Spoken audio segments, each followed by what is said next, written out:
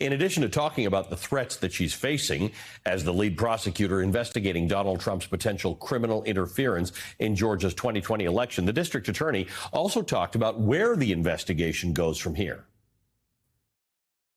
Could we expect to possibly see additional subpoenas from people in former President Trump's inner circle, former Trump associates? Yes. Are we talking about family members? Are we talking about former White House officials? I mean, we'll just have to see where the investigation leads us. But I think that people thought that we came into this as some kind of game. This is not a game at all. What I am doing is very serious. It's very important work. And we're going to do our due diligence in making sure that we look at all aspects of the case. And so all you see is a prosecutor doing their due diligence. I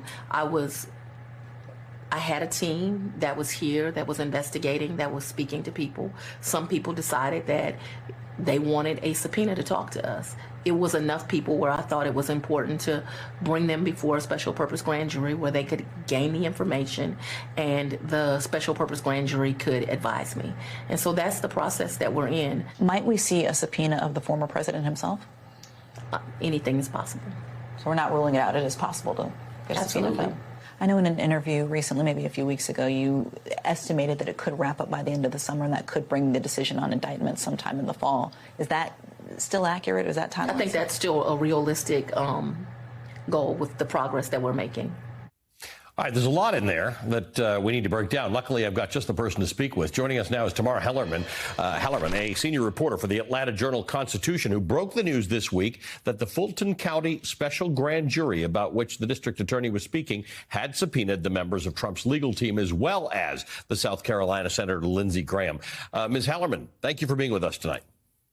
Thank you for having me. You just heard some of what the DA had to say. She had quite a bit to say about this investigation. What's your reaction to her acknowledging the possibility of subpoenas either for President Trump or members of his inner circle? It's both surprising and it's not surprising. She's long told us here in Georgia that she is willing to potentially subpoena Donald Trump, and she's also willing to potentially indict him if she feels like the elements of a crime have been met.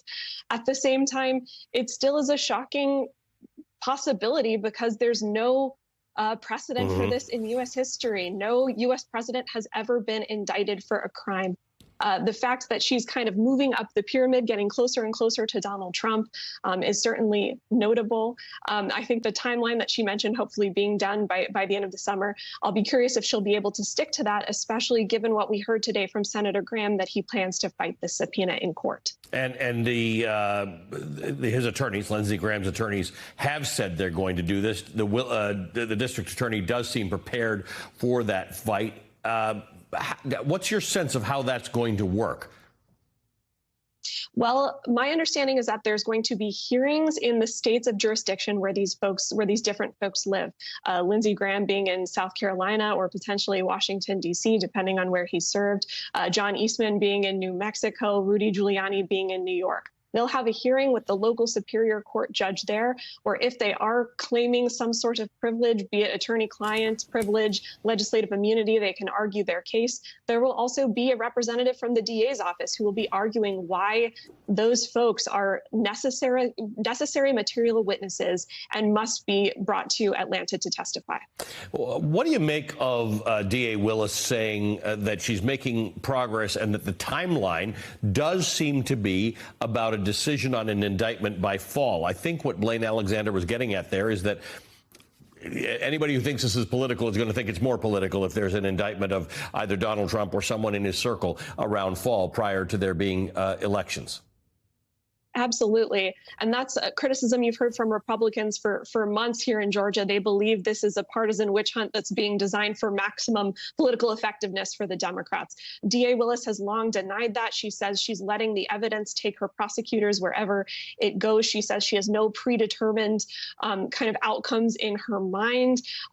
That said, she did kind of pause or at least delay bringing in witnesses until after our May primaries here in Georgia. And I believe she also mentioned to your your reporter today that should this not be resolved by October, which is when Georgia begins early voting, she'll also pause until after the elections are passed, just to kind of prevent the perception that she's playing politics. But no matter what she does, people are going to accuse her of playing politics. Sure.